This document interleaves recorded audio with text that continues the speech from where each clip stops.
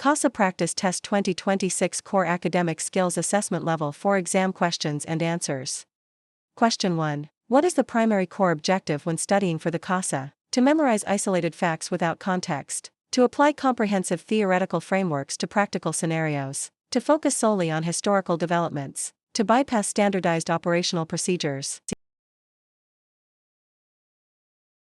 The primary objective is the practical application of comprehensive frameworks, which ensures competency in real-world environments.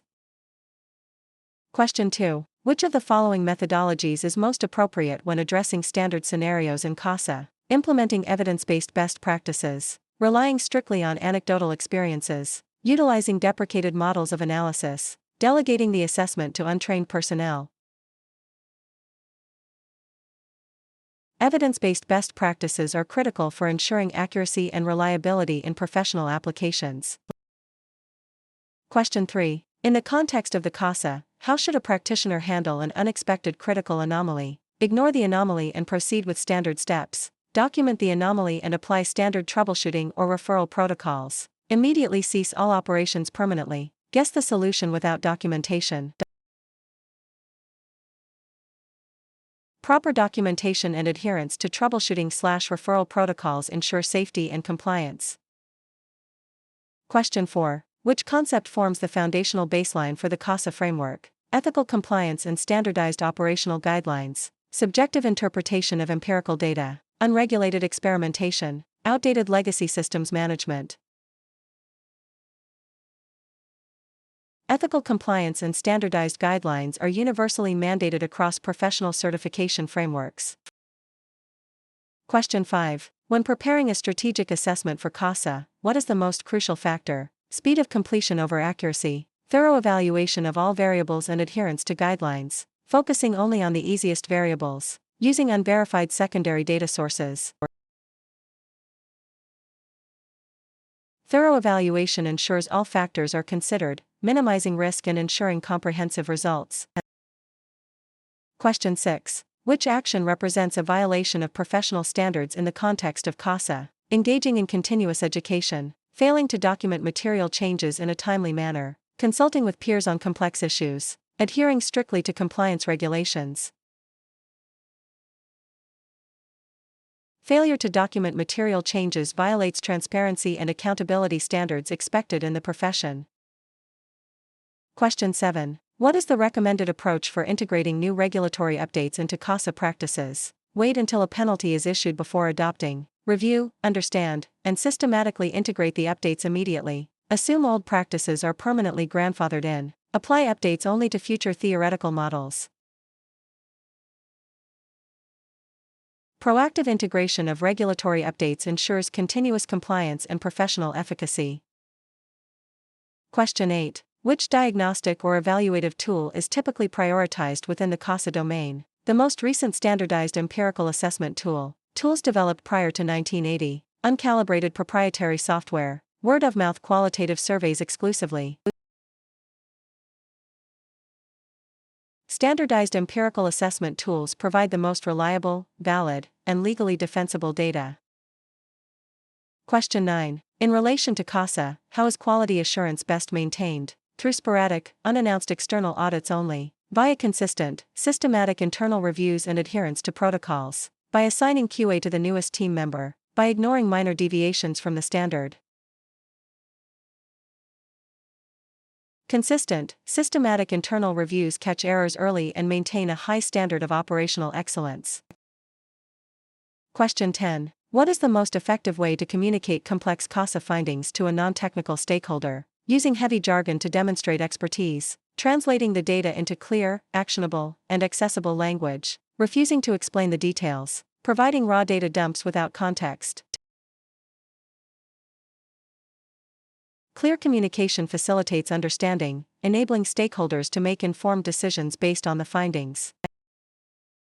Question 11. When a standard protocol in CASA contradicts a specific situational variable, what is the best course of action? Blindly follow the standard protocol regardless of outcome. Evaluate the risk, document the rationale for any deviation, and consult supervisors. Abandon all protocols entirely. Apply a protocol from an unrelated field.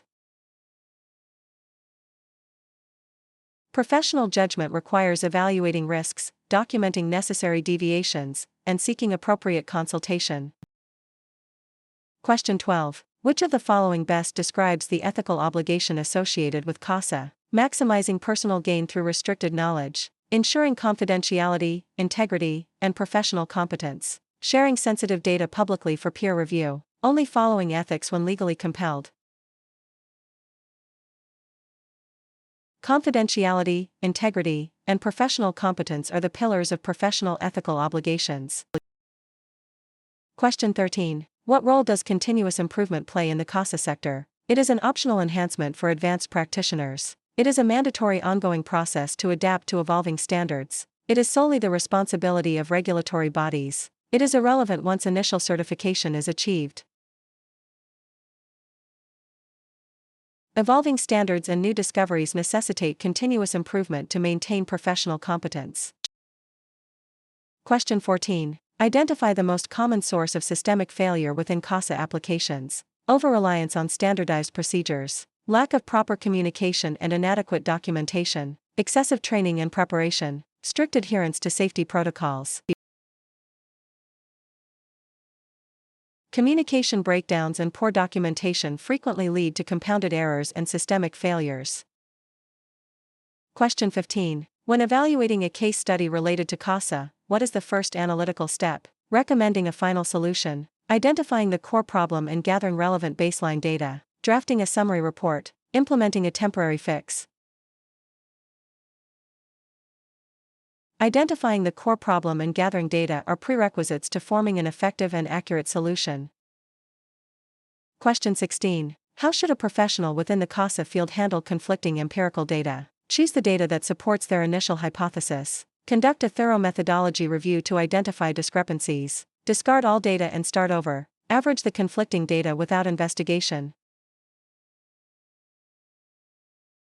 Reviewing methodologies helps identify errors or variables that account for the conflicting data, ensuring accuracy. Question 17. Which of the following indicates a high level of proficiency in CASA? The ability to perform tasks without any pre-planning, the capacity to synthesize complex information and anticipate potential outcomes, relying exclusively on reference manuals for routine tasks, working faster than peers regardless of error rates. Synthesizing information and anticipating outcomes demonstrates a deep understanding and mastery of the subject matter.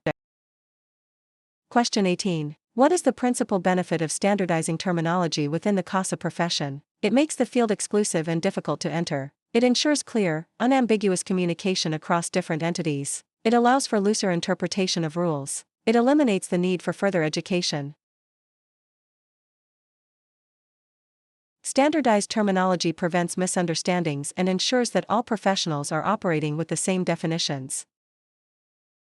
Question 19. In a high-stress scenario involving CASA, what is the key to successful management? Panic and immediate delegation of all responsibilities, maintaining situational awareness and methodical application of protocols, focusing on a single minor detail until it is resolved, ignoring safety measures to save time. Situational awareness and methodical protocol application maintain control and ensure safe, effective outcomes under pressure. Question 20. What is the ultimate goal of mastering the principles of CASA? To achieve a static state of knowledge, to deliver optimal outcomes while minimizing risk and maximizing efficiency, to surpass peers in theoretical debates, to transition to an entirely different career field. Optimal outcomes, risk minimization, and high efficiency are the universal goals of professional mastery and certification.